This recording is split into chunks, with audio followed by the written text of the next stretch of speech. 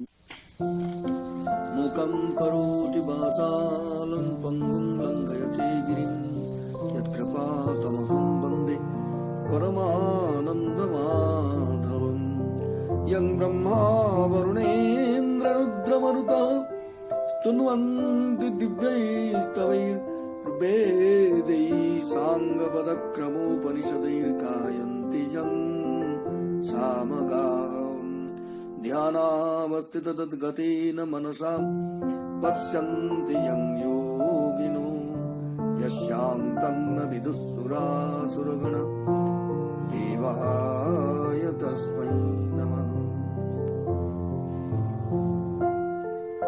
When a man puts away all the desires of the mind and when his spirit is content in itself, then is he called stable in intelligence. Negatively, the state is one of freedom from selfish desires, and positively, it is one of concentration on the Supreme. He whose mind is untroubled in the midst of sorrows and is free from eager desire amid pleasures, he from whom passion, fear, and rage have passed away is called a sage of settled intelligence. It is self-mastery, conquest of desire, and passion that is insisted upon here.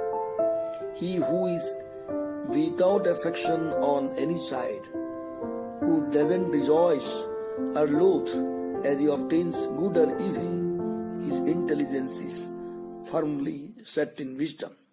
Flowers bloom and they fade.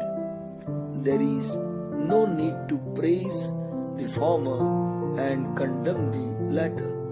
We must receive whatever comes without excitement, pain, or revolt. He who draws away the senses from the objects of sense on every side as a tortoise draws in his limbs into the cell, his intelligence is firmly set in wisdom. The objects of sense turn away from the embodied soul who abstains from feeding on them, but the taste for them remains. Even the taste turns away when the Supreme is seen.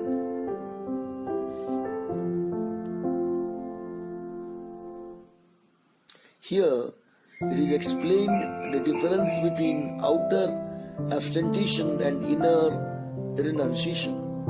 We may reject the objects, but desire for them may remain. Even the desire is lost when the Supreme is seen. The control should be both on the body and the mind. Liberation from the tyranny of the body is not enough. We must be liberated from the tyranny of the desires also. Even though a man may ever strive for perfection and be ever so discerning, one's impetuous senses will carry off his mind by force. Having brought all the senses under control, one should remain firm in yoga, intent on God. For he whose senses are uncontrolled, his intelligence is firmly set.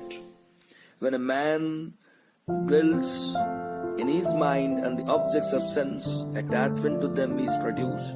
From attachment springs desire, and from desire comes anger. From anger arises bewilderment. From bewilderment, loss of memory. And from loss of memory, the destruction of intelligence. And from the destruction of intelligence, one perishes. When the soul is overcome by passion, its memory is lost, its intelligence is obscured, and the man is ruined. What is called for is not a forced isolation from the world or distraction of sense life, but an inward withdrawal. To hate the senses is as wrong as to love them. The horses of senses are not to be unyoked from the chariot, but controlled by the reins of the mind. But a man of disciplined mind, who moves among the objects of sense with his senses under control and free from attachment and aversion, he attains purity of spirit. The Stoic has no selfish aims or personal hopes. He is not disturbed by the touches of outward things. He accepts what happens without attachment or repulsion. He covets nothing. He is jealous of none. He has no desires and makes no demands. And in that purity of spirit, there is produced for him an end of all sorrow. The intelligence of such a man, pure spirit, is soon established in the peace of the self. For the uncontrolled, there is no intelligence, nor for the uncontrolled is there the power of concentration, and for him without concentration there is no peace, and for the unpeaceful how can there be happiness? When the mind runs after the roving senses, it carries away the understanding, even as the wind carries away a ship on the waters. Therefore, he whose senses are all withdrawn from their objects, his intelligence is firmly shut. What is night for all beings is the time of waking for the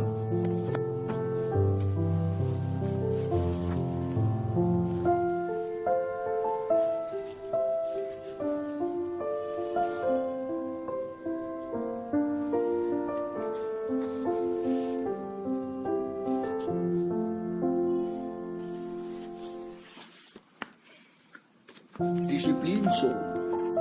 And what is the time of waking for all the beings is night for the sage who sees.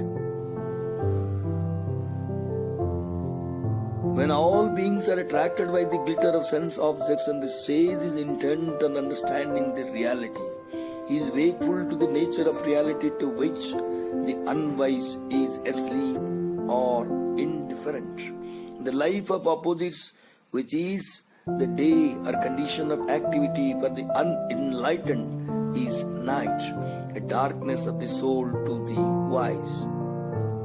He unto whom all the desires enter as waters into the sea, which, though ever being filled, is ever motionless, attains to peace, and not he who hugs his desires.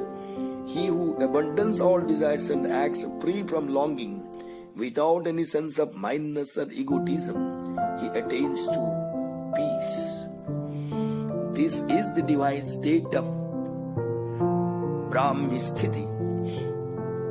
Having attained thereto, one is not again bewildered. Fixed in that state at the end, one can attain to the bliss of God. Nirvana has been used to indicate the state of perfection.